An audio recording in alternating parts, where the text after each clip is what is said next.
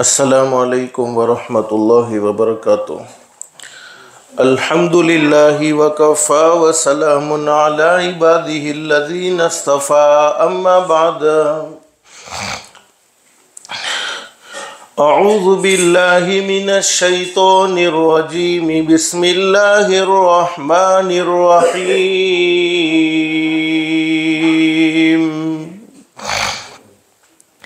इन्नद्दीन इंदल्लाहिल इस्लाम।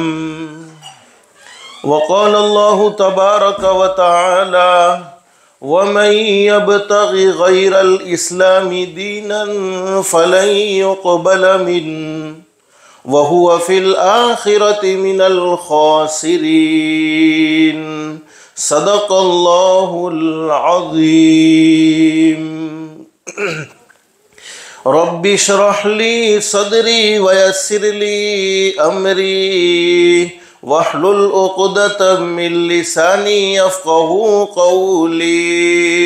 सुब्हानक ला इल्म लना इल्ला मा अल्लमतना इन्नक अंतल अलीमुल हकीम।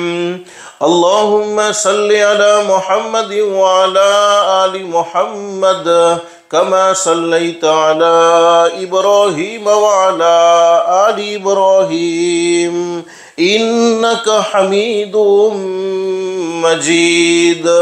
अल्लाहुम्मा बारिक अला मुहम्मद व अला आलि मुहम्मद कमा बारकता अला इब्राहीम व अला आलि इब्राहीम इन्नक हमीदुम मजीद।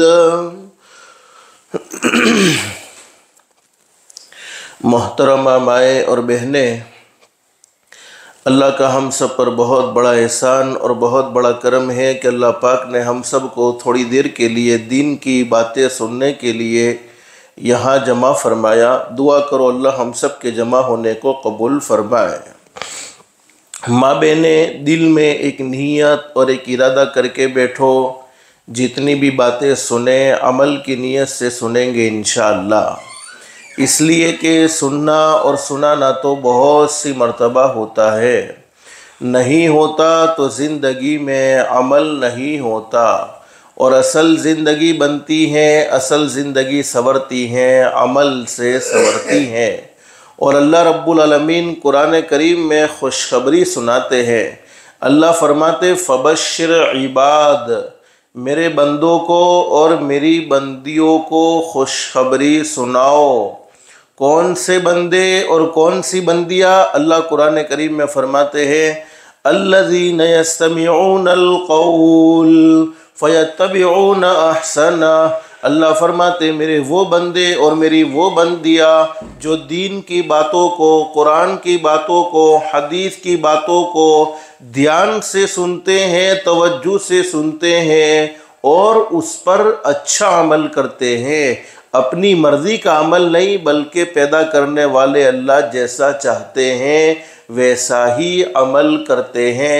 तो इनाम क्या मिलेगा? अल्लाह कुरान करीम में फरमाते हैं उलाइकल्लज़ीना हदाहुमुल्लाह व उलाइका हुम उलुल अल्बाब। अल्लाह फरमाते मेरे बंदों और मेरी बंदियों, तुम ज़मीन पर अमल की नीयत करोगे, तुम ज़मीन पर अमल का इरादा करोगे, मैं रब्बुल आलमीन आसमानों पर तुम्हारे लिए हिदायत के फ़ैसले कर दूंगा। और हिदायत से बढ़कर कोई दौलत हो नहीं सकती। दुनिया की मुख्तसर सी ज़िंदगी में इंसान को सब कुछ मिल जाए, लेकिन हिदायत न मिले, आमाल सालिहा की तौफीक न मिले, उस इंसान की दुनिया की ज़िंदगी बेकार है। और जिसकी दुनिया की ज़िंदगी अल्लाह को नाराज़ करके बेकार हो गई, जिसकी दुनिया की ज़िंदगी अल्लाह को नाराज़ करके बिगड़ गई, अल्लाह हिफाजत फरमाए, अल्लाह हिफाजत फरमाए, अल्लाह हिफाजत फरमाए। उसकी आखिरत की ज़िंदगी दुरुस्त नहीं हो सकती है। इसलिए कि अल्लाह पाक ने दुनिया की ज़िंदगी आखिरत की ज़िंदगी बनाने के लिए, दुनिया की ज़िंदगी आखिरत की ज़िंदगी संवारने के लिए नसीब फरमाई है। अल्लाह से दिल से दुआ कर लो, अल्लाह हम सबको अमल की भी तौफीक नसीब फरमाए और अल्लाह पाक हम सबको हिदायत की दौलत से भी माला माल फरमाए।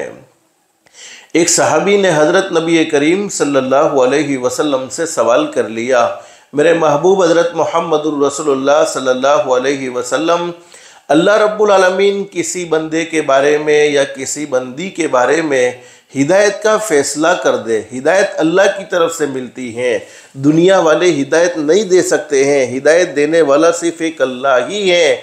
और याद रखो माँ बहनों, कोई नेक अमल हम अपनी मर्जी से नहीं कर सकते हैं जब तक कि हमारा पैदा करने वाला अल्लाह हमें नेक अमल की तौफीक न दे देवे। और कोई गुनाह से हम अपनी मर्जी से नहीं बच सकते हैं जब तक कि हमारा पैदा करने वाला अल्लाह हमें गुनाहों से बचने की ताकत और कुव्वत अता न फरमा देवे। हिदायत अल्लाह रब्बुल आलमीन की तरफ से मिलती है। और हदीस शरीफ में मौजूद है, सहाबी ने पूछा, अल्लाह के नबी, अल्लाह पाक किसी बंदे के बारे में या किसी बंदी के बारे में हिदायत का फ़ैसला कर दे तो हिदायत के फ़ैसले का मतलब क्या है? हज़रत नबी करीम सल्लल्लाहु अलैहि वसल्लम ने फरमाया, हिदायत के फ़ैसले का मतलब ये है कि तुम चाहो न चाहो मौत के वक्त अल्लाह पाक ज़रूर कलमा नसीब फरमाएंगे। इससे बड़ा इनाम क्या हो सकता है? माँ बहने, मुझे मुख्तसर बतलाना ये है, दुनिया में अल्लाह रब्बुल आलमीन ने हमें बहुत सारी नेमतें नसीब फरमाई, बहुत सारे हम पर इनामात किए हैं। बल्कि कुरान करीम के एक मकाम पर अल्लाह फरमाते, इन तउद्दू नेमतुल्लाहि ला तुहसूहा, ओ मेरे बंदो, ओ मेरी बंदियों, मेरी तरफ से मिलने वाली नेमतों को अगर तुम गिनना चाहो तो गिन नहीं सकते, शुमार करना चाहो तो शुमार नहीं कर सकते। जैसे आसमान का एक एक सितारा अल्लाह की नेमत है, कोई सितारों को गिनना चाहे तो नहीं गिन सकता है। मिट्टी का एक एक ज़र्रा अल्लाह की नेमत है, कोई मिट्टी के ज़र्रात को गिनना चाहे तो नहीं गिन सकता है। बारिश का एक एक कतरा अल्लाह की नेमत है, कोई बारिश के कतरात को गिनना चाहे तो नहीं गिन सकता है। हमारे जिस्म का, हमारी बॉडी का एक एक बाल अल्लाह की नेमत है, कोई जिस्म के बालों को, कोई बॉडी के बालों को गिनना चाहे तो नहीं गिन सकता है। अल-गर्ज़, अल्लाह ने हम पर बेशुमार एहसानात किए हैं और बेशुमार नेमतों से हम सबको मालामाल फरमाया है।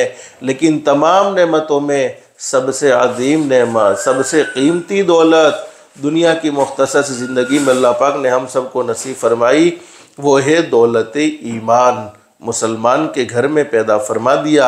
हम माँ बहनें अपनी मर्ज़ी से मुसलमान के घर में पैदा नहीं हुए हैं, बल्कि हमारे पैदा करने वाले अल्लाह ने हम पर एहसान का मामला किया है।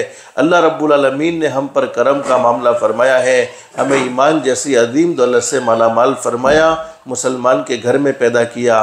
हम मुसलमान हैं, हमारा मज़हब इस्लाम है। और कुरान करीम के एक मकाम पर अल्लाह फरमाते हैं, इन्नद्दीना इंदल्लाहिल इस्लाम, अल्लाह के नज़दीक अगर कोई पसंदीदा मज़हब है, अल्लाह के नज़दीक अगर अल्लाह का कोई चॉइस किया हुआ, पसंद किया हुआ कोई मज़हब है, कोई धर्म है, तो वो मज़हब इस्लाम। इस्लाम मज़हब क्यों? मज़हब इस्लाम पसंदीदा मज़हब। माँ बहने, किसी मज़हब में खाना खाना इबादत नहीं, बल्कि खाना खाना ज़रूरत है। लेकिन हदीस शरीफ में फरमाया नबी करीम सल्लल्लाहु अलैहि वसल्लम ने, मेरा कोई उम्मती खाने से पहले हाथ को धो ले, सुन्नत के मुताबिक बैठे, दस्तरखान बिछाकर खाना खाए, अपनी तरफ से खाना खाए और खाते हुए लुकमा नीचे गिर जाए तो उसको उठाकर सुन्नत समझकर खा ले, फिर खाने के बाद, खाना खाने के बाद की दुआ पढ़ ले। हदीस शरीफ में मौजूद है कि दुनिया वालों की नज़र में इस आदमी ने खाना खाया है, लेकिन हकीकत ये है कि उसका इतना वक्त इबादत में शुमार हुआ है, इसलिए कि उसने खाना अल्लाह के नबी हज़रत मुहम्मदुर रसूलुल्लाह सल्लल्लाहु अलैहि वसल्लम के तरीके के मुताबिक खाया है। और एक हदीस में तो बड़ी ज़बरदस्त बात बयान फरमाया नबी करीम सल्लल्लाहु अलैहि वसल्लम ने, मेरा कोई उम्मती खाना खाते हुए बीच में अल्लाह की तारीफ़ी कलिमात कह दे। क्या तारीफ़ी कलिमात है? अल्लाहुम्मा लकल हम्दु कुल्लु। अगर अरबी में पढ़ना नहीं आता तो हम कम से कम उर्दू में कह सकते हैं, अपनी ज़ुबान में कह सकते हैं, अल्लाह मैंने गुनाह करने में कोई कमी नहीं छोड़ी, मैंने तुझे नाराज़ करने में कोई कमी ना छोड़ी। तू चाहता तो मुझे भूखा रख सकता था, तू चाहता तो मुझे प्यासा रख सकता था, लेकिन तुझे मुझे बेहतरीन से बेहतरीन खाना खिलाया है। हदीस शरीफ में मौजूद है कि जब कोई अल्लाह का बंदा और जब कोई अल्लाह की बंदी अपनी ज़ुबान से अल्लाह की तारीफ़ी कलिमात कहते हैं, खाने के दरमियान अल्लाह रब्बुल आलमीन इतने खुश होते हैं और अल्लाह रब्बुल आलमीन फरिश्तों से फरमाते हैं, ओ मेरे फरिश्तों, आज के मेरे इस बंदे का दिन खाने में शुमार नहीं होगा, आज का मेरी इस बंदी का दिन खाने में शुमार नहीं होगा, बल्कि उसने खाते हुए मुझे याद किया है। मेरी इज्जत की कसम, आज का दिन तो उसका रोज़े में शुमार होगा। अंदाज़ा लगाओ हमारा दिन कितना आसान है। अल्लाह ने हमें कितना खूबसूरत मज़हब नसीब फरमाया है। किसी मज़हब में सोना इबादत नहीं, बल्कि सोना हमारी ज़रूरत है कि दिन भर के काम से हम थक जाते हैं तो रात अल्लाह रब्बुल आलमीन ने हमें सोने के लिए अता फरमाई है। लेकिन माँ बहने तवज्जो से सुनो, हदीस शरीफ में फरमाया नबी करीम सल्लल्लाहु अलैहि वसल्लम ने, मेरा कोई उम्मती ईशा की नमाज़ पढ़ ले, मर्द है जमात के साथ मस्जिद में पढ़ेंगे, औरतें हैं घर पर पढ़े, ईशा की नमाज़ पढ़ने की बरकत से उसकी आधी रात इबादत में शुमार हो जाती है, यानी उसकी आधी रात इबादत में गिनी जाती है। फिर फजर की नमाज की नियत करके सो जाए और फजर की नमाज के अल्लाह पाक तौफीक अता फरमा देवे, तो फजर की नमाज पढ़ने की बरकत से अल्लाह पाक उसकी और आधी रात इबादत में गिन लेते हैं, यानी उसकी पूरी रात इबादत में गिनी जाती है। और हदीस शरीफ में फरमाया नबी करीम सल्लल्लाहु अलैहि वसल्लम ने, माँ बहने आज हर एक की ज़िंदगी में दुख है, हर एक की ज़िंदगी में तकलीफ़ है, हर एक की ज़िंदगी में प्रॉब्लम है, और दुनिया वालों से दुख नहीं कहने चाहिए। दुनिया वालों का मिजाज तो बड़ा अजीब व गरीब है, हमारे दुखों को रो रो कर सुनते हैं और दूसरों के सामने हंस हंस कर बयान करते हैं। लेकिन हकीकत तो ये है कि दुखों को दूर करने वाला, तकलीफ़ों को दूर करने वाला तो एक हमारा पैदा करने वाला अल्लाह ही है। अरे माँ बाप जिनके दिल में अपनी औलाद की मोहब्बत होती है, माँ बाप अपनी औलाद को दुखों में देखना पसंद नहीं करते, बल्कि हर माँ की ये तमन्ना होती है, हर बाप की ये तमन्ना होती है, मेरा बेटा सुखी हो, मेरी बेटी सुखी हो, मेरे बेटे की ज़िंदगी चैन सुकून से गुजरे, मेरी बेटी की ज़िंदगी चैन सुकून से गुजरे। तो पैदा करने वाला अल्लाह अपने बंदों को कैसे दुख में देख सकता है, कैसे परेशानियों में देख सकता है। हदीस शरीफ में लिखा है कि जब मेरा कोई उम्मती रात को सोने से पहले वज़ू कर ले, गर्मी के मौसम में तो कोई मुश्किल नहीं होता वज़ू करना, अलबत्ता सर्दी के मौसम में थोड़ा मुश्किल होता है, लेकिन हर घर में गर्म पानी की सुविधा होती है और वज़ू करना कोई मुश्किल काम नहीं है। रात को वज़ू करे, वज़ू करने के बाद सो जाए। हदीस शरीफ में लिखा है कि वज़ू करने की बरकत से अल्लाह रब्बुल आलमीन के मासूम फरिश्तों की जमात उसके जिस्म से, उसकी बॉडी से टच हो जाते हैं, और रात को आँख खुलने पर हम अल्लाह से जो भी दुआ मांगते हैं, हमारे आका हज़रत मुहम्मदुर रसूलुल्लाह सल्लल्लाहु अलैहि वसल्लम ने अपनी सच्ची ज़ुबान मुबारक से ये बात बयान फरमाई, मेरे उम्मतियों तुम्हारे मांगने में देर हो सकती है, लेकिन अल्लाह के मंजूर करने में देर नहीं हो सकती है। और हदीस शरीफ में लिखा है कि रात को सोने से पहले आयतुल कुर्सी पढ़ ले। आयतुल कुर्सी पढ़ने की बरकत से अल्लाह पाक पूरी रात हिफाजत के लिए फरिश्ते को लगा देते हैं। हदीस शरीफ में मौजूद है कि जब हम रात को सोते हैं सुन्नत के मुताबिक सोते हैं, हज़रत नबी करीम सल्लल्लाहु अलैहि वसल्लम के फरमान के मुताबिक सोते हैं, अल्लाह पाक फरिश्तों से फरमाते हैं अगरचे ये मेरा बंदा सोया है, अगरचे ये मेरी बंदी सोई है, लेकिन ये मेरा बंदा, ये मेरी बंदी मेरे महबूब के तरीके पर सोए हैं। मेरी इज़्ज़त की कसम, आज की इसकी रात सोने में शुमार नहीं होगी, बल्कि आज की इसकी पूरी रात इबादत में शुमार होगी। अंदाज़ा लगाओ इससे आसान दिन कौन सा हो सकता है। किसी मज़हब में कमाना, हलाल कमाई करना इबादत नहीं, बल्कि हलाल कमाई करना एक हमारी ज़रूरत है। लेकिन मज़हब इस्लाम कैसा प्यारा मज़हब, कैसा खूबसूरत मज़हब कि कमाना भी मज़हब इस्लाम में इबादत करार दिया। हदीस शरीफ में फरमाया नबी करीम सल्लल्लाहु अलैहि वसल्लम ने, मेरा कोई उम्मती इसलिए हलाल कमाई करता है, इसलिए बिजनेस करता है कि किसी के सामने हाथ न फैलाने पड़े, किसी के सामने मांगना न पड़े, किसी के सामने सवाल न करना पड़े।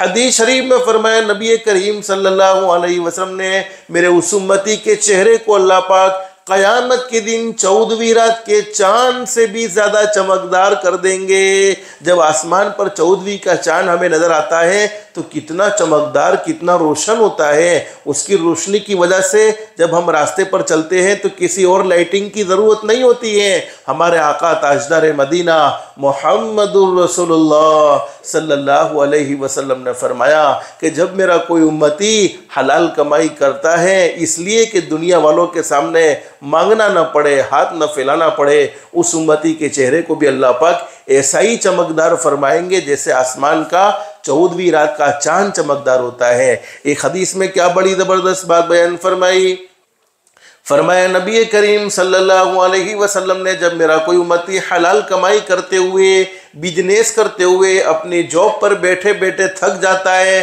शाम को थक चुका है, थकने की बरकत से अल्लाह पाक उसकी ज़िंदगी भर के सारे गुनाहों को माफ़ कर देते हैं। इससे आसान दिन कौन सा हो सकता है कि जब हम दुनिया भी कमा रहे हैं, पैसे भी कमा रहे हैं, अपनी ज़रूरत पूरा करने के लिए माल भी हासिल कर रहे हैं और थकने की बरकत से अल्लाह पाक गुनाहों को भी माफ़ कर रहे हैं। एक हदीस में क्या फरमाया नबी करीम सल्लल्लाहु अलैहि वसल्लम ने, मेरा कोई उम्मती जब हलाल कमाई के लिए अपने घर से निकलता है, अल्लाह पाक उस बंदे को मोहब्बत से देखते हैं। तो जिस बंदे की तरफ अल्लाह की मोहब्बत की नज़र होगी, उस बंदे का काम बनेगा कि नहीं बनेगा? ज़रूर बनेगा। लेकिन माँ बहनें, मुझे मुख्तसर बतलाना ये है, अल्लाह पाक ने हमें बहुत खूबसूरत दीन नसीब फरमाया, बहुत खूबसूरत मज़हब इस्लाम नसीब फरमाया। किसी मज़हब में शादी करना, निकाह करना ये इबादत नहीं बल्कि ज़रूरत है कि मर्द को औरत की ज़रूरत है, औरत को मर्द की ज़रूरत है। ये एक अल्लाह की तरफ से निज़ाम है। लेकिन मज़हब इस्लाम ऐसा प्यारा, ऐसा खूबसूरत और ऐसा ज़बरदस्त मज़हब है कि मज़हब इस्लाम ने शादी करने को भी इबादत करार दिया। और शादी तमाम के तमाम अंबिया किराम ने की है। सिर्फ 2 नबी ऐसे हैं जिन्होंने शादी नहीं की है। नंबर 1 हज़रत ईसा अलैहिस्सलातु वस्सलाम। लेकिन हज़रत ईसा अलैहिस्सलातु वस्सलाम क़यामत से पहले पहले दुनिया में तशरीफ़ लाएंगे, नबी बनकर नहीं आएंगे, हमारे नबी सल्लल्लाहु अलैहि वसल्लम के उम्मती बनकर आएंगे, उनकी शादी होगी। और एक और नबी गुजरे हैं जिनकी शादी नहीं हुई है, और दुनिया में जितने भी नबी आए तमाम के तमाम नबियों ने शादी की है। हमारे आका ताजदार मदीना मुहम्मदुर रसूलुल्लाह सल्लल्लाहु अलैहि वसल्लम ने अपनी ज़िंदगी में शादी फरमाई, और हुजूर सल्लल्लाहु अलैहि वसल्लम ने फरमाया, शादी करना ये मेरा तरीका, ये मेरी सुन्नत है, अन्निकाहु मिन सुन्नती। और हमारे आका हज़रत मुहम्मदुर रसूलुल्लाह सल्लल्लाहु अलैहि वसल्लम ने फरमाया कि जिसने मेरी सुन्नत से मुंह मोड़ दिया, जिसने मेरी सुन्नत को छोड़ दिया, वो मुझ में से नहीं है। फमन रग़िबान सुन्नती फलैसा मिन्नी। लेकिन हमारे नबी सल्लल्लाहु अलैहि वसल्लम ने फरमाया कि शादी में बेहतरीन शादी वो है, सबसे अच्छी शादी वो है जिसमें खर्चा कम से कम किया जाए। कम से कम खर्चा करने पर अल्लाह पाक बहुत राज़ी होते हैं। माँ बहनें, चूँकि इस वक्त बयान रखा गया है, एक खुशी का मौका है, बस अल्लाह से दिल से दुआ करते हैं अल्लाह हम सबको अखलाक मुस्तफ़ा वाली ज़िंदगी नसीब फरमाए और मज़हब इस्लाम पर चलने के अल्लाह पाक हम सबको तौफ़ीक़ व सादत नसीब फरमाए। माँ बाप को अपनी बेटियों से बहुत ज़्यादा मोहब्बत होती है, बहुत ज़्यादा मोहब्बत होती है। एक बात याद रखो, बेटा भी अल्लाह की तरफ से, बेटी भी अल्लाह की तरफ से। अल्लाह कुरान करीम में फरमाते, यहबु लिमन यशाउ इनासा व यहबु लिमन यशाउ ज़ुकूर औ युज़व्विजुहुम ज़ुक्राना व इनासा व यजअलु मन यशाउ अक़ीमा। अल्लाह फरमाते, जिसे मैं चाहता हूँ बेटियाँ ही बेटियाँ देता हूँ, जिसे मैं चाहता हूँ बेटे ही बेटे देता हूँ, जिसे मैं चाहता हूँ बेटियाँ भी देता हूँ, बेटे भी देता हूँ, और जिसे मैं चाहता हूँ कुछ भी नहीं देता हूँ। तो बेटा भी अल्लाह की तरफ से है, बेटी भी अल्लाह की तरफ से है। लेकिन हमारा समाज है, चूँकि बात आई इसलिए मैं आपको बतलाता हूँ, हमारी सोसाइटी है, बेटे के पैदा होने पर खुश होते हैं और बेटी के पैदा होने पर इनके चेहरे चढ़ जाते हैं, चेहरे रंजीदा हो जाते हैं, चेहरे गमगीन हो जाते हैं। इसका एक लाइव प्रूफ हमने ये देखा है कि जब बेटा पैदा होता है तो समाज में लोग पेड़े तकसीम करते हैं, हाँ बेटा आ गया, पोता आ गया, नवासा आ गया। लेकिन जब बेटी पैदा होती है तो चेहरे चढ़ जाते हैं, जलेबी तकसीम करते हैं और पूछते हैं कि भाई ऐसा क्यों, बेटे के पैदा होने पर पेड़े, बेटी के पैदा होने पर जलेबी। क्या बेटी पैदा हुई, थोड़ा मन दुख तो होगा। अल्लाह के बंदो, अल्लाह की बंदियों, इसमें क्या मन दुख की बात है। अरे बेटा और बेटी, मैं दोनों में आपको फ़र्क समझाऊं। यकीनन माँ बहनों सुनो, बेटों के दिलों में माँ बाप की मोहब्बत होती है, नो डाउट, इसमें कोई एतराज़ नहीं है, इसमें कोई और बात नहीं है। बेटे भी माँ बाप से मोहब्बत करते हैं, लेकिन जितना बेटियों के दिल में माँ बाप की मोहब्बत होती है इतना बेटों के दिल में नहीं होती है। और बड़ी ज़बरदस्त बात बयान फरमाई हदीस शरीफ में हज़रत नबी करीम सल्लल्लाहु अलैहि वसल्लम ने, जिस घर में बेटी पैदा होती है, हदीस शरीफ के अल्फाज माँ बहने ध्यान से सुनो, जिस घर में बेटी पैदा हो जाए, बेटी पैदा हो जाती है, बीवी भी खुश है, जनने वाली माँ भी खुश है, बाप भी बेटी के पैदा होने पर खुश है। अल्लाह पाक उस घर में एक फरिश्ते को भेजते हैं और वो फरिश्ते जनने वाली माँ को अपने परों से ढांप लेते हैं और वो फरिश्ता कहता है, ओ अल्लाह की बंदी, तू भी कमज़ोर है और जिसको तूने जना है वो भी कमज़ोर है। यानी बेटी कमज़ोर होती है, औरत मर्द के मुकाबले में कमज़ोर होती है, औरत का दिल मर्द के मुकाबले में ज़्यादा नरम होता है। तो फरिश्ता कहता है कि तू भी कमज़ोर, जिसको तूने जना है वो भी कमज़ोर। जो तुम दोनों के साथ अच्छा सलूक करेगा, जो तुम दोनों के साथ एहसान का मामला करेगा, भलाई का मामला करेगा, अल्लाह रब्बुल आलमीन उसका साथी हो जाएगा। और एक ज़बरदस्त फ़र्क सुनो, जब दुनिया में अल्लाह पाक बेटे को भेजते हैं, ये अल्फाज पर गौर करना माँ बहने, जब दुनिया में अल्लाह पाक बेटे को भेजते हैं तो कहते हैं जा दुनिया में तू अपने बाप की मदद करना। लेकिन जब बेटी को दुनिया में भेजते हैं तो अल्लाह पाक फरमाते जा तू दुनिया में, मैं रब्बुल आलमीन खुद तेरे बाप की मदद करने वाला हूँ। तो बेटियां तो अल्लाह पाक खुश नसीब लोगों को अता फरमाते हैं। लेकिन इस वक्त चूँकि एक शादी का मौका है, अल्लाह से दिल से दुआ कर लो अल्लाह हर जाने वाली बेटी को ससुराल में बहुत ज़्यादा राहत नसीब फरमाए, बहुत ज़्यादा अल्लाह पाक आफियत नसीब फरमाए। और हमेशा चूँकि माँ बहने आपको नहीं मालूम होगा, हमारे समाज में अल्हम्दुलिल्लाह कई सालों से ये प्रोग्राम होता है, जब समूह लगन होता है तो समूह लगन के मौके पर सास का यानी सासुओं नो अलग प्रोग्राम, ससराओं नो अलग प्रोग्राम, दुल्हाओं नो अलग प्रोग्राम, दुल्हनों नो अलग प्रोग्राम। तो मारी वारी घણી વખત સાસુઓના અંદર બયાન કરવાની આવે છે અને હું હંમેશા કહું છું કે જે સાસુએ મારું આ બયાન ના સાંભળેલું હોય એને એના ઘરમાં વહુ ના લાવવી જોઈએ। એ માટે કે સાસુઓને વહુ સાથે કેવું રહેવું જોઈએ અને વહુના સાસુ સાથે કેવું રહેવું જોઈએ એ બધી વાતો મેં અલ્હમ્દુલિલ્લાહ બહુ ગુજરાતી ઝબાનમાં અમુક ઉર્દू ज़बाનમાં જે આપણને સમજમાં આવી શકે એવી ज़बाનમાં સમજાવેલું છે। તો હું તમને પણ કહું છું કે એક ટાઈમ નીકાળીને ઇન્શાઅલ્લાહ આ વાતો તમે સાંભળશો, અલ્લાહ પાક જિંદગીમાં સુકૂન ઇત્મીનાન નસીબ ફરમાવી દેશે। આજ થાય છે કેવું કે સાસુ આવાવાળી વહુને બેટી સમજવા તૈયાર નથી, એક પ્રોબ્લેમ આ હોય છે, આમ મતલબ એક પ્રોબ્લેમ આ હોય છે, અને આવાવાળી વહુ સાસુને એની માં સમજવા તૈયાર નથી, એના કારણે આ બધી પ્રોબ્લેમો ઊભી થાય છે। પણ મા બહેનો હું તમને કહું છું, મા બાપને બેટીઓથી બહુ મોહબ્બત હોય છે, બેટીઓને મા બાપથી બહુ મોહબ્બત હોય છે।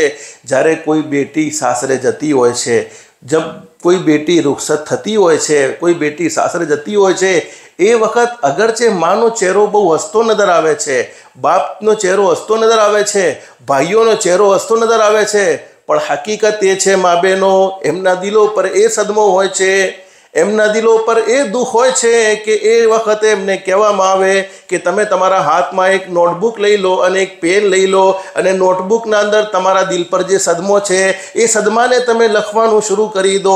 તો મા બાપ પાસે અલ્ફાઝ નથી હોતા કે એમની બેટી જ્યારે સાસરે જાય છે એ ટાઈમે એમને જે સદમો હોય છે એ સદમોને અલ્ફાઝમાં લખી શકે, મા બાપ પાસે અલ્ફાઝ નથી હોતા। અને મા બહેનો સાંભળો, જ્યારે કોઈ બેટી સાસરેમાં જતી રહી હોય છે રૂખસત થઈને, કઈ રાતો એવી નીકળી જાય છે કે માને સુકૂનની ઊંઘ નથી આવતી, હંમેશા માં કરવટો બદલીને રાતે જાગે છે।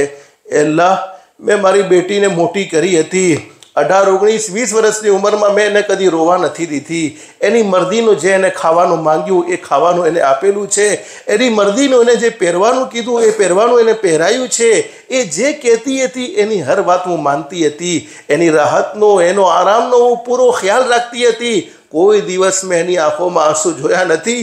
એ અલ્લાહ, आज तारा हुक्म पर, तारा नबी हजरत मोहम्मदुर रसूलुल्लाह सल्लल्लाहु अलैहि वसल्लम ना हुक्म पर एक सारू खानदान समझीने એને સાસરેમાં મોકલેલી છે।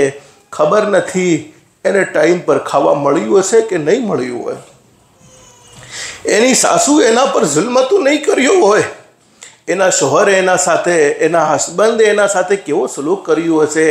કઈ કઈ રાતો એવી ગુજરી જાય છે, મા બાપને સુકૂનની ઊંઘ નથી આવતી, મા બાપ ચેનથી સૂઈ નથી શકતા, હંમેશા બેટીને રાહત પહોંચાવી હોય છે જ્યારે અલ્લાહનો હુકમ. અને હું કહું છું મા બહેનો, એમ મત સમજો કોઈ મા બાપ માટે એમની દીકરી બોજ છે, કદી નથી. મા બાપ હંમેશા એમની દીકરીને એમના ઘરમાં રાખવાની તાકાત રાખે છે, હંમેશા મા બાપ એમની દીકરીને ખવડાવવાની તાકાત રાખે છે, હંમેશા મા બાપ એમની દીકરીને સારું પહેરાવવાની તાકાત રાખે છે. આ તો સાસરીમાં મોકલવી અલ્લાહનો હુક્મ છે, હઝરત નબી કરીમ સલ્લલ્લાહુ અલૈહિ વસલ્લમનો હુક્મ છે. એ માટે સાસરીમાં મોકલવામાં આવે છે. નકર કોઈના મા બાપ માટે એમની દીકરી વધારાની નથી. એમની દીકરી એમને દિલથી વધારે વાલી હોય છે, એમની દીકરી એમના જીગરથી વધારે વાલી હોય છે. અને જ્યારે દીકરી જતી હોય છે, ચાહે કેટલા વર્ષો ગુજરી ગયા હોય, મા બાપનું દિલ બેચેન ને બેકરાર રહે છે. તો હું અસલ કહેવા એ ચાહું છું કે જ્યારે આપણે શરીયતને ફોલો કરીએ, હઝરત નબી કરીમ સલ્લલ્લાહુ અલૈહિ વસલ્લમની મુબારક જિંદગીને ફોલો કરીને ચાલશું તો અલ્લાહની ઝાતે આલીથી પૂરી ઉમ્મીદ છે ઘર એક જન્નતનો માહોલ બની જશે, ઘરમાં ચેન સુકૂન હશે, ઘરમાં મોહબ્બત હશે. તો શોર્ટ એન્ડ સ્વીટ, ચૂંકે આ બયાન સાસુઓમાં તો નથી કે હું સાસુઓની વાતો તમારા સામે કરું, આ બયાન વહુઓનું તો નથી કે હું વહુઓની વાતો કરું. એક વાત તમને જનરલ બતાવું છું કે હંમેશા આ વાતનો ખ્યાલ રાખો, જાવાવાળી દીકરી જ્યારે સાસરીમાં જાય તો એ સાસુને એની માં સમજી લે. અલ્લાહની ઝાતે આલી છે ઉમ્મીદ છે કે જ્યારે એની માં સમજે, ભલે સાસુનો થોડો રવૈયો ઊંચો નીચો હોય છે, અને હું તો કહું છું કે સાસુ ભલે કેટલી બી નેક ઓરત કેમ ના હોય, કેટલી બી બળી પરેઝગાર તકવાવાળી કેમ ના હોય, પણ જ્યારે સાસુ ભણવાનો જે મોકો મળ્યો હોય, પછી સામે વહુ ભત્રીજી હોય કે ભણજી હોય, પણ જે સાસુ ભણવાનો મોકો મળ્યો, મોકો કોણ છોડવાનું છે? તો જ્યારે સાસીના અંદર સાસુના કોઈ ખોટા રવૈયા હોય, અલ્લાહના વાસ્તે માફ કરીને બરદાશ્ત કરીને ચાલો તો અલ્લાહની ઝાતે આલીથી ઉમ્મીદ છે અલ્લાહ પાક ઘરોમાં ચેન સુકૂન નસીબ ફરમાવશે.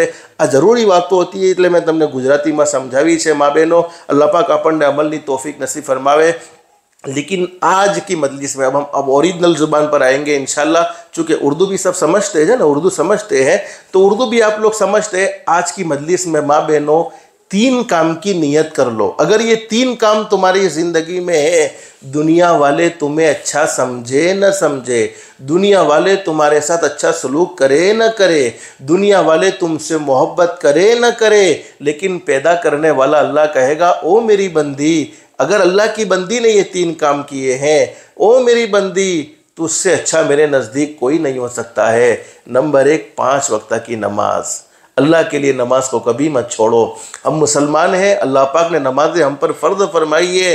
और हज़रत नबी करीम सल्लल्लाहु अलैहि वसल्लम पूरी ज़िंदगी अपनी उम्मत को ये पैगाम देते गए, कुर्रतु ऐनी फ़िस्सलाह. ओ मेरे उम्मतियों, मेरी आंखों को ठंडा करना चाहते हो, नमाज को कभी न छोड़ना. और जब दुनिया से रुखसत हो रहे थे, दुनिया से पर्दा फरमा रहे थे, तब भी हज़रत नबी करीम सल्लल्लाहु अलैहि वसल्लम ने यही पैगाम दिया, कुर्रतु ऐनी फ़िस्सलाह. ओ मेरे उम्मतियों, नमाज को कभी मत छोड़ना, नमाज को कभी मत छोड़ना, नमाज को कभी मत छोड़ना. नमाज का एहतमाम करते रहना. नमाज पढ़ेंगे ज़िंदगियों में सुकून, नमाज पढ़ोगे घरों में मोहब्बत होगी, नमाज पढ़ोगे तुम्हारी औलाद तुम्हारी फरमा बरदार होगी, नमाज पढ़ोगे अल्लाह पाक रोज़ी के हलाल पाकीज़ा रोज़ी के दरवाजे खुलते ही चले जाएंगे. नमाज पढ़ेंगे शैतान मरदूद के हमले से अल्लाह पाक दुनिया में भी हमारी हिफाजत फरमाएंगे. और मौत आएगी उस वक्त भी अल्लाह पाक शैतान मरदूद के हमले से हम सब को बचा लेंगे. नमाज पढ़ेंगे, सबसे बड़ा इनाम मौत के वक्त अल्लाह पाक हमें ज़रूर कलमा नसीब फरमाएंगे. जब हम दुनिया से जा रहे होंगे तो हमारी ज़ुबान पर होगा ला इलाहा इल्लल्लाह मुहम्मदुर रसूलुल्लाह सल्लल्लाहु अलैहि वसल्लम. नमाज पढ़ो. दिन रात के अल्लाह पाक ने 24 घंटे हमें नसीब फरमाए हैं. 24 घंटे में अल्लाह पाक ने हमसे सिर्फ 1 घंटा या सवा घंटा मांगा है. 1 घंटा सवा घंटा अल्लाह के सामने झुकेंगे. हम अल्लाह के सामने झुकेंगे, दुनिया वालों के सामने झुकने की ज़रूरत नहीं है, बल्कि अल्लाह पाक पूरी दुनिया को हमारे सामने झुका देगा. और अगर हम अल्लाह के सामने नहीं झुकेंगे, फिर हमें दुनिया वालों के सामने झुकना पड़ेगा. तो पहला काम माँ बहनों, आज नियत कर लो कि आज से कभी हम नमाज नहीं छोड़ेंगे. आज की ज़ोहर से लेकर मौत तक हम नमाज का एहतमाम करते रहेंगे, नमाज को कभी नहीं छोड़ेंगे. माँ बहनों, अल्लाह के सामने झुकने का एहतमाम करो. अब बहुत सी औरतें क्या कहती, मसा તમે કહો છો સાચી વાત છે, પણ ઘરમાં કામ જ એટલા હોય છે કે नमाज पढ़ाती જ નથી। घरना काम ना कारणें, घर के काम की वजह से नमाज नहीं पढ़ी जाती। तो सुनो अल्लाह की बंदियों, अल्लाह ने तुम्हें क्या मकाम दिया है, अल्लाह ने तुम्हें क्या मर्तबा दिया है, अल्लाह ने तुम्हारी कितनी ऊंची शान बयान फरमाई है। फरमाया कि वो औरत जो अपने घर में सवाब की नीयत से अल्लाह का जिक्र करते हुए झाड़ू लगाती है। अब घर की सफाई तुम रोज़ाना करती हो, लेकिन तुम्हारी नीयत क्या होती है, घर अच्छा दिखना चाहिए। ये भी एक अच्छी नीयत है, घर गंदा नहीं दिखना चाहिए, घर साफ़ सुथरा दिखना चाहिए। लेकिन उलमा ने लिखा है कि वो औरत जो अपने घर में सवाब की नीयत से अल्लाह का जिक्र करते हुए घर में झाड़ू लगाए, अल्लाह पाक उस औरत को बैतुल्लाह के अंदर यानी काबातुल्लाह के अंदर झाड़ू लगाने का सवाब अता फरमाते हैं। लोग बैतुल्लाह में जाने के लिए तरसते हैं और तुम बैतुल्लाह में तुम घर में सवाब की नीयत से झाड़ू लगाओ, अल्लाह तुम्हें बैतुल्लाह में झाड़ू लगाने का सवाब अता फरमाते हैं। और एक हदीस शरीफ में लिखा है कि जब कोई अल्लाह की बंदी घर की सफाई करती है, घर में झाड़ू लगाती है, झाड़ू लगाने की बरकत से अल्लाह पाक उसकी ज़िंदगी भर के सारे गुनाहों को माफ़ कर देते हैं। अल्लाह को तुम्हारा झाड़ू लगाना इतना पसंद है तो सोचो माँ बहनों, अल्लाह को तुम्हारा अल्लाह के सामने झुकना कितना पसंद होगा। इसलिए मैं हमेशा कहा करता हूँ, हदीस शरीफ में लिखा है कि जब दो मियाँ बीवी एक दूसरे को देखकर आपस में मुस्कुराते हैं, सिर्फ हंसते हंसने में कौन सा पैसा खर्च होता है, मुस्कुराते हैं, इस मंज़र को देखकर अल्लाह रब्बुल आलमीन खुद मुस्कुराते हैं। और हदीस शरीफ में लिखा है, ये औरतों से कहा गया, हदीस शरीफ में मौजूद है, फरमाया नबी करीम सल्लल्लाहु अलैहि वसल्लम ने मर्दों को ये तालीम दी है कि जब तुम घर से बाहर जाओ, बाहर के टेंशनों को बाहर दफन करके आ जाओ, बाहर के टेंशनों को घर पर लेकर ना आओ, बाहर के टेंशन बीवी को न दो। और हदीस शरीफ में लिखा है कि जब घर पर आओ तो एक खुशी खुशी घर पर आओ। और बीवियों से ये कहा गया है कि तुम जब तुम्हारा शौहर घर पर जाए तो घर के दरवाजे पर उसे रुखसत करे, घर के दरवाजे पर उसे छोड़ दे, रुखसत करे। और फरमाया कि घर के दरवाजे पर उसे रुखसत करे और जब उसके आने का वक्त हो तो आवे तो मुस्कुराते हुए चेहरे से इसका इस्तकबाल करे। लेकिन ये सुन्नत तो हमारे समाज में से मुर्दा हो चुकी है। और जब बेचारा शौहर घर पर से निकला है, काम करके थक के आया, अब पूरे दिन की लिस्ट तैयार है, आज तुम्हारी माँ ने यूँ किया, आज तुम्हारी बहन ने यूँ किया, आज तुम्हारे भाई ने यूँ किया। और चेहरा भी गोया ऐसा बना हुआ है जैसे किसी ने खट्टी कढ़ी पिला दी हो ज़बरदस्ती की, ऐसा चेहरा बना हुआ है। तो हकीकत ये है कि हम हज़रत नबी करीम सल्लल्लाहु अलैहि वसल्लम की तालीमात से दूर हो जाए तो फिर ज़िंदगियों में सुकून कैसे मिलेगा, ज़िंदगियों में इत्मीनान कैसे मिलेगा। आज लोग कहते हैं कि औरतें जहन्नम में बहुत ज़्यादा जाएगी। कौन कहता है? अरे औरतों से ज़्यादा जन्नत में कोई नहीं होगा, औरतें जन्नत में ज़्यादा जाएगी। क्यों जहन्नम में जाएगी? जिस औरत को अल्लाह ने इतना ऊंचा मकाम दिया, इतना ऊंचा मर्तबा दिया। हदीस शरीफ में लिखा है कि औरत तेरी माँ है तो इसके कदमों के नीचे जन्नत है। आदमी कितना भी बड़ा अल्लाह का वली क्यों न बन जाए, लेकिन जब तक माँ को राज़ी न करे तब तक वो जन्नत का मुस्तहिक नहीं बन जाता है। औरत तेरी बहन है तो ये तेरी इज़्ज़त है, औरत तेरी बेटी है तो ये तेरी इज़्ज़त है, औरत तेरी बीवी है तो इसका खर्चा तेरे ज़िम्मे लाजिम है। लेकिन दो फ़ॉल्ट हमारे नबी ने बयान फरमाए हैं कि जहन्नम में औरतें जाएगी, लेकिन दो प्रॉब्लम की वजह से। अगर ये दो प्रॉब्लम औरत में न हो तो औरत से ज़्यादा जन्नत का मुस्तहिक बोलो कोई हो सकता नहीं है। औरत जन्नती है, औरत को जन्नत में जाना ही जाना है। पहली प्रॉब्लम क्या है? बच्चों को बद्दुआएं देना, ज़ुबान पर ऐसी ऐसी बातें कहना जो अल्लाह को पसंद नहीं है। और कभी कभी ऐसा होता है कि जब अल्लाह रब्बुल आलमीन कबूल कर लेते हैं फिर रोते फिरते हैं, हालांकि खुद से बोले हुए होते हैं। लान तान औरतों में ज़्यादा होता है। और दूसरी चीज़ नाशुक्री बहुत ज़्यादा होती है।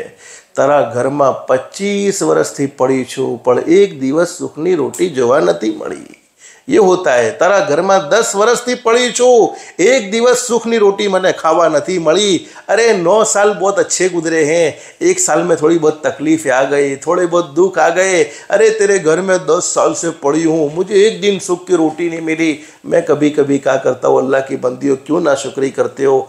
आए थे तब तो 30-40 किलो के थे, खा खा के 80 किलो के हो गए, फिर भी कहते तुम्हारे घर में कभी सुख नहीं मिला, तुम्हारे घर में कभी राहत नहीं मिली। तो हमारे नबी ने ये फॉल्ट फोल्ड बताया है कि अगर ये फोल्ड औरतों में न हो, यानी लान तान के अल्फाज औरत अपनी ज़ुबान पर न लाए और शुक्र गुजारी का एहतमाम करे, तो औरत से बढ़कर जन्नती कोई नहीं हो सकता है। असल बात चल रही थी नमाज़ पढ़ने पर, तो बहुत सी औरतें क्या कहती, छोटे छोटे बच्चों की वजह से नमाज नहीं पढ़ी जाती। सुनो माँ बहनों, ये बात शायद तुमने ज़िंदगी में कभी न सुनी हो, लेकिन सुनो, आज उलमा ने लिखा है कि बच्चे वाली औरत की 2 रकात नमाज, बच्चे वाली औरत की 2 रकात नमाज बगैर बच्चे वाली औरत की 82 साल की इबादत से अफजल है। एक बगैर बच्चे वाली औरत 82 वर्ष तक अल्लाह की इबादत करे और एक बच्चे वाली औरत सिर्फ 2 रकात नमाज पढ़े, तो बच्चे वाली औरत की 2 रकात नमाज अल्लाह को बहुत ज़्यादा पसंद है, बगैर बच्चे वाली औरत की 82 साल की इबादत से भी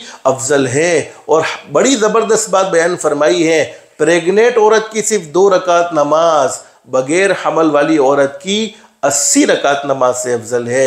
अल्लाह ने तुम्हें कितना ऊंचा मकाम और मर्तबा दिया है। हदीस शरीफ में फरमाया नबी करीम सल्लल्लाहु अलैहि वसल्लम ने, जब कोई औरत प्रेग्नेंट होती है, ये बात भी मैं आपको बहुत साफ साफ कह दूं कि जब शादी हो जाए, चाहे हमारे ये भाई ये बातें सुन रहे हैं, हमारी बहनें बेटियां, हमारी माएँ सुन रही हैं, तो बहुत सी मर्तबा लोगों की प्लानिंग क्या होती है। पहली प्लानिंग तो ये होती है कि शादी हो जाने के बाद अभी एंजॉय करें, 2-3-4 साल गुजर जाएंगे, फिर बच्चों का प्लान करेंगे। ये खुलकर कुछ बातें आपको बतलाता हूँ ताकि ज़िंदगी में रहबरी हो, लेकिन हकीकत ये है कि मेरी सलाह, मेरा मशवरा जायज़ है। शरीयत ने इसकी इजाज़त दी है कि आप 3-4 साल एंजॉय करें, फिर बाद में प्लानिंग करें, तो कोई मसला नहीं है। लेकिन बेहतर ये है कि ये निज़ाम अल्लाह के सुपुर्द कर दे। अल्लाह जब चाहेगा तब अल्लाह पाक नेक साले औलाद अता फरमा देगा। लेकिन कभी कभी कैसा होता है, 2 साल गुजर जावे, 3 साल गुजर जावे, 4 साल गुजर जावे, तो टेंशन में आ जाते हैं। अच्छा क्यों, दादी बहुत प्रॉब्लम में आती है कि घर में पोता क्यों नहीं आ रहा है, पोती क्यों नहीं आ रही है, नानी टेंशन में है कि नवासा क्यों नहीं है, नवासी क्यों नहीं है। तो याद रखो, हज़रत नबी करीम सल्लल्लाहु अलैहि वसल्लम शान वाले नबी, मकाम वाले नबी, मर्तबे वाले नबी, जिनके सदक़े में अल्लाह ने पूरी कायनात को सजाया है, जिनके सदक़े में अल्लाह ने पूरी कायनात को बनाया है, जिनसे बढ़कर दुनिया में कोई हो नहीं सकता है। हज़रत नबी करीम सल्लल्लाहु अलैहि वसल्लम की पहली औलाद 5 साल के बाद हुई है। 5 साल, पहली औलाद आपकी 5 साल के बाद हुई है। तो मैं ये कहता हूँ कि पहली प्लानिंग तो ये होनी चाहिए कि ये ना सोचो कि अभी एंजॉय करें, बाद में बच्चे प्लान करेंगे।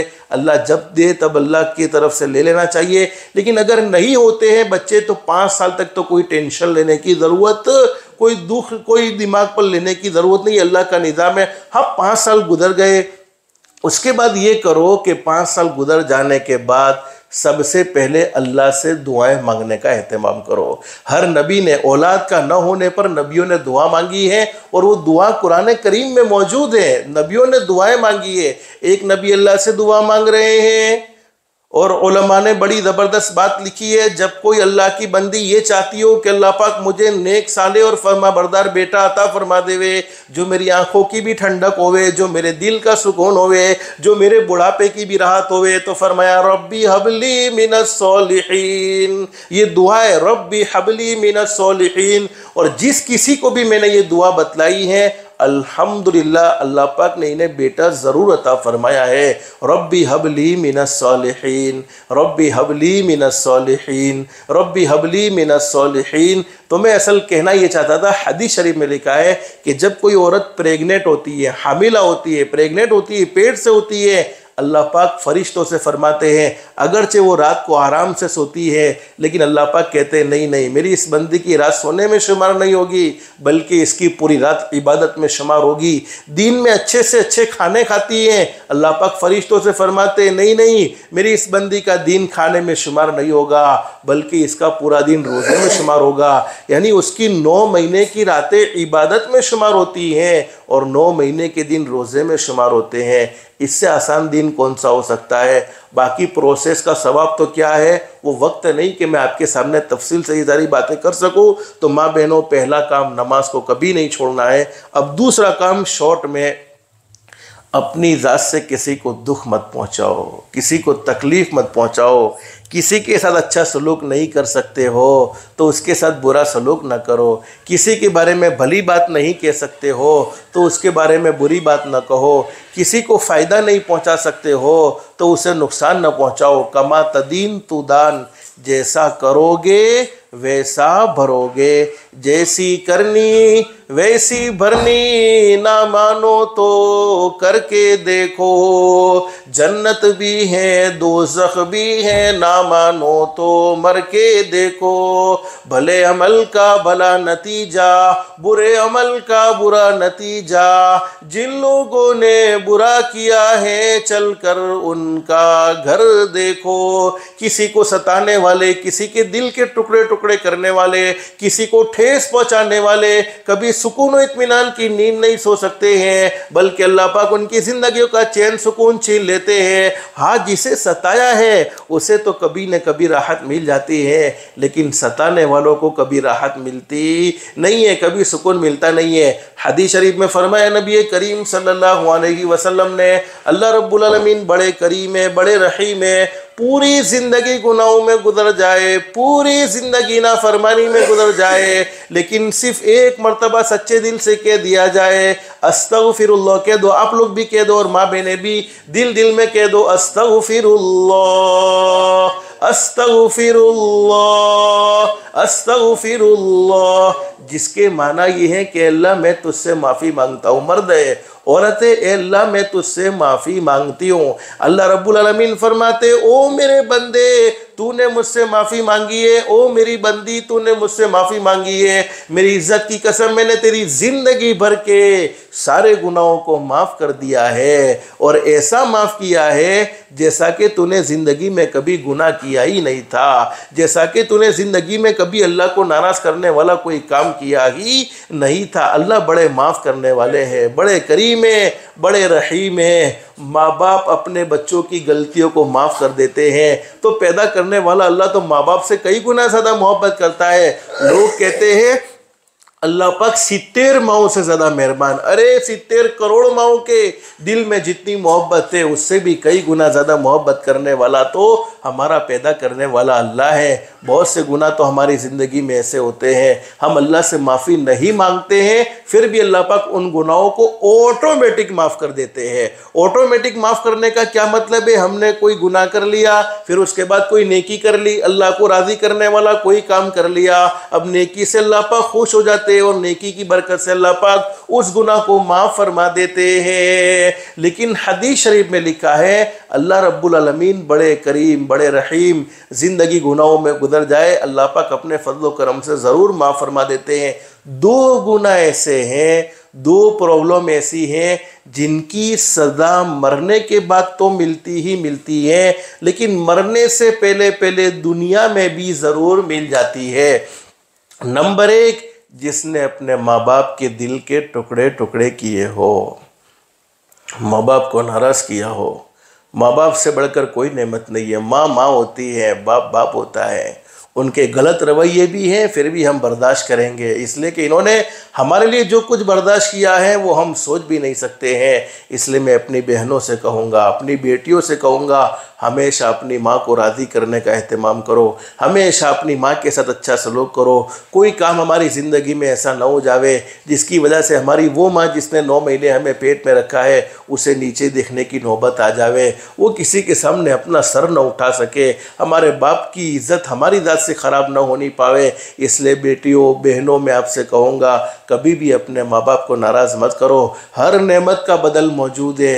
अरे बीवी चली जावे दूसरी बीवी मिलेगी, शोहर के बदले दूसरा शोहर है, भाई के बदले दूसरा भाई, बहन के बदले दूसरी बहन, बेटे के बदले दूसरा बेटा, बेटी के बदले दूसरी बेटी, लेकिन माँ बाप का कोई बदल नहीं होता है। माँ बाप तो माँ बाप ही होते हैं, उनकी जगह दुनिया में कोई नहीं ले सकता है। इसलिए हमेशा अपने माँ बाप को राहत पहुँचाओ।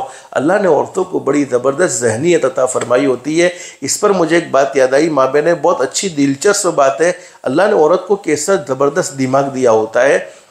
आपने एक जालिम बादशाह का नाम सुना होगा माँ बहने, हज्जाज बिन यूसुफ। बड़ा जालिम था जिसने जुल्म करने में कोई कमी नहीं छोड़ी, बहुत जुल्म किया, बहुत लोगों को सताया। हज्जाज बिन यूसुफ ने एक मर्तबा ऐसा किया कि एक औरत के 3 रिश्तेदार को पकड़ लिया।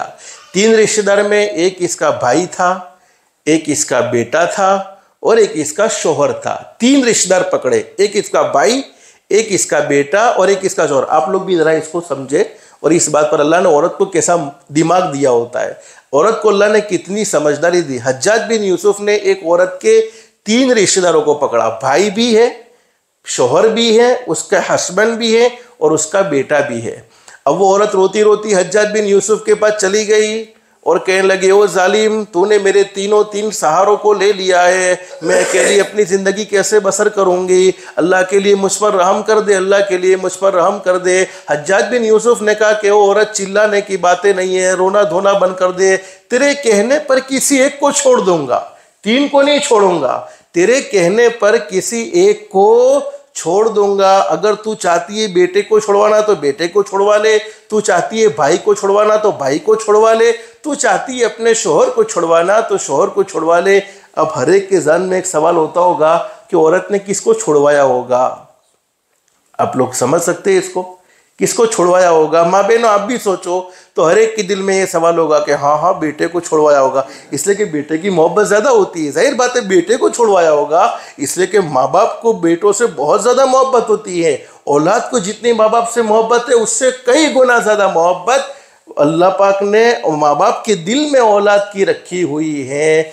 लेकिन उस औरत ने कहा कि नहीं नहीं नहीं नहीं, मुझे मेरे भाई को छोड़ दे। क्या कहा? बेटे को नहीं छुड़वाया, भाई को छोड़ दे। अब हज्जाज बिन यूसुफ ने पूछा, अल्लाह की बंदी ऐसा तूने क्यों फैसला किया? अपने शोहर को भी नहीं छुड़वाया, अपने बेटे को भी नहीं छुड़वाया और भाई को छुड़वाया। तो औरत का समझदारी वाला जवाब सुनो। क्या कहा? माँ बाप थे, इनका इंतकाल हो चुका है। क्या कहा? माँ बाप थे, इनका इंतकाल हो चुका है। अब जब माँ बाप नहीं है तो मेरा भाई मुझे वापस मिल सकता? बोलो, नहीं है। माँ बाप नहीं है तो भाई मिल सकता? नहीं है। तो माँ बाप तो दुनिया से चले गए हैं, माँ बाप का इंतकाल हो गया है। हाँ, दूसरी शादी करूंगी तो शोहर भी दूसरा मिल जाएगा, दूसरी शादी करूंगी तो बेटा भी दूसरा मिल जाएगा, लेकिन भाई तो दूसरा मिलने के कोई चांसेस नहीं है। अल्लाह ने औरत को ये दिमाग दिया। हज्जाज बिन यूसुफ को औरत का ये जवाब इतना पसंद आया कि इस जवाब की बरकत से उसने इसके 3 रिश्तेदारों को छोड़ दिया। ये है सुभान अल्लाह। अल्लाह ने औरत को ये दिमाग दिया है, इसलिए मैं कहता हूँ ऊंधे दिमाग लगाओ, इससे बेहतर सही जगह पर दिमाग लगाओ। अल्लाह ने तुम्हें वो समझदारी अता फरमाई है, अल्लाह ने तुम्हें वो फ़हम अता फरमाया है। तो माँ बहनें, मुझे मुख्तसर बतलाना ये है, मुझे मुख्तसर कहना ये है, देखो हदीस शरीफ में हज़रत नबी करीम सल्लल्लाहु अलैहि वसल्लम ने फरमाया 2 प्रॉब्लम ऐसी है जिसकी सज़ा मरने से पहले दुनिया में ज़रूर मिल जाती है, मरने के बाद तो मिलती ही मिलती। नंबर 1, जिसने अपने माँ बाप के दिल के टुकड़े किए हो, और नंबर 2, जिसने किसी को दुख पहुँचाया, किसी पर जुल्म किया।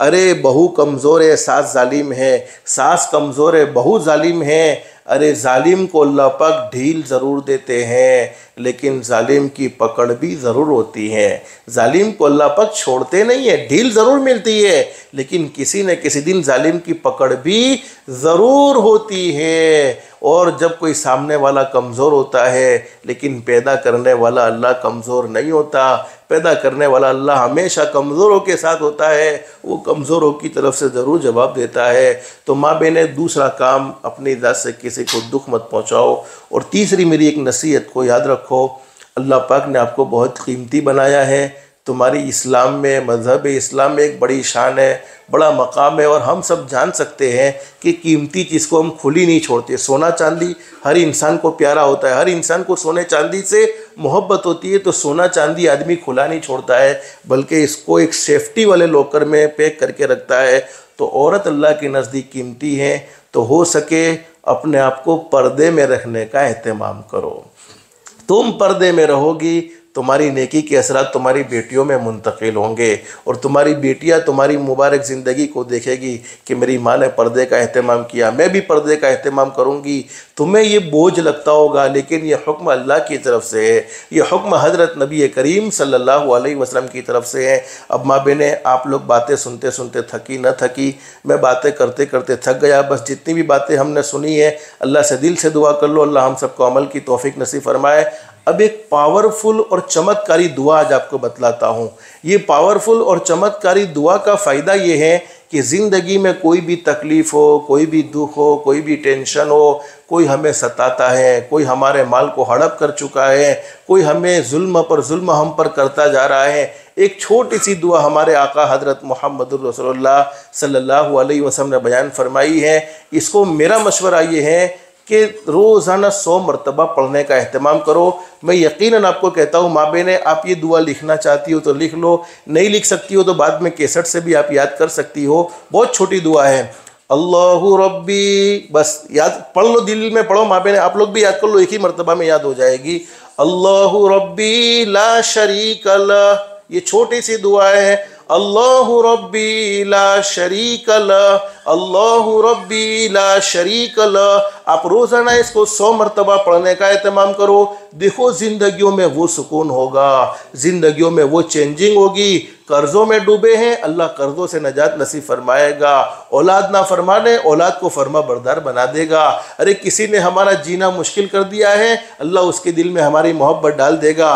बहू सासू की तरह से परेशान है तो बहू पड़ेगी, अल्लाह पाक सासू का उसको हमदर्द बना देगा। सासू बहू की वजह से परेशान है, इस दुआ को आप 40 दिन पढ़ने का एहतमाम करो। यकीनन आप अपनी ज़िंदगी में वो खुशियाँ महसूस करेंगे, आप अपनी ज़िंदगी में वो राहत महसूस करेंगे जो कभी आपने सोची भी नहीं होगी। अल्लाहु रब्बी ला शरीक लह, अल्लाहु रब्बी ला शरीक लह, अल्लाहु रब्बी ला शरीक लह। इसको याद कर लो और जितना हो सके इस दुआ को दूसरों तक पहुँचाओ। अल्लाह की ज़ात आली से उम्मीद है अल्लाह पाक ज़रूर हमें ज़िंदगियों में सुकून और इत्मीनान नसीब फरमाएगा। बस अल्लाह से दिल से दुआ कर लो, अल्लाह हम सबकी दुनिया भी बेहतर से बेहतर बनाए, आखिरत भी बेहतर से बेहतर बनाए। अल्लाह के अहकाम के मुताबिक, हज़रत नबी करीम सल्लल्लाहु अलैहि वसल्लम के तरीक़े के मुताबिक ज़िंदगी गुजारने की तौफ़ीक़ व सादत नसीब फरमाए। अल्लाह पाक हम सबको कहने सुनने से ज़्यादा इखलास, इस्तिखलास और इस्तिकामत के साथ अमल की तौफ़ीक़ नसीब फरमाए। आमीन या रब्बल आलमीन। व आखिरु दावाना अनिल हम्दुलिल्लाहि रब्बिल आलमीन। अस्तग़फिरुल्लाह अल्लज़ी ला इलाहा इल्ला हुव व अतूबु इलैह। अस्तग़फिरुल्लाह अल्लज़ी अस्तग़फिरुल्लाह।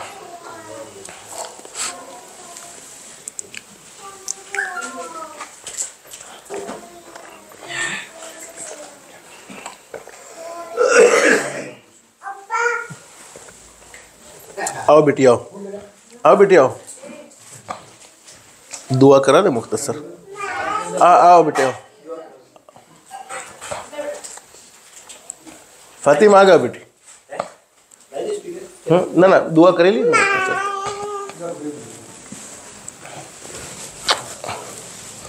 ये हमारी गुड़िया है, मासूम गुड़िया है। कौन मारता है बेटी? अल्लाहुम्मा लकल हम्दु कमा अंत अहलु फसल्ली वसल्लिम अला सय्यिदिना मुहम्मदिन कमा अंत अहलु वफल बिना मा अंत अहलु फ़इन्नका अहलु तक़वा व अहलुल मग़फ़िरा। ए अल्लाह हम सब के साथ करम का, रहम का, आफ़ियत का मामला फरमा दे। हम सब के गुनाहों को माफ़ फरमा दे। ज़िंदगी गुनाहों में गुजर गई, नाफरमानी में गुजर गई। मौला करीम हम सब के साथ करम का, रहम का, आफ़ियत का मामला फरमा दे। मौला करीम जिस मकसद के लिए प्रोग्राम रखा गया, इस मकसद में कामयाब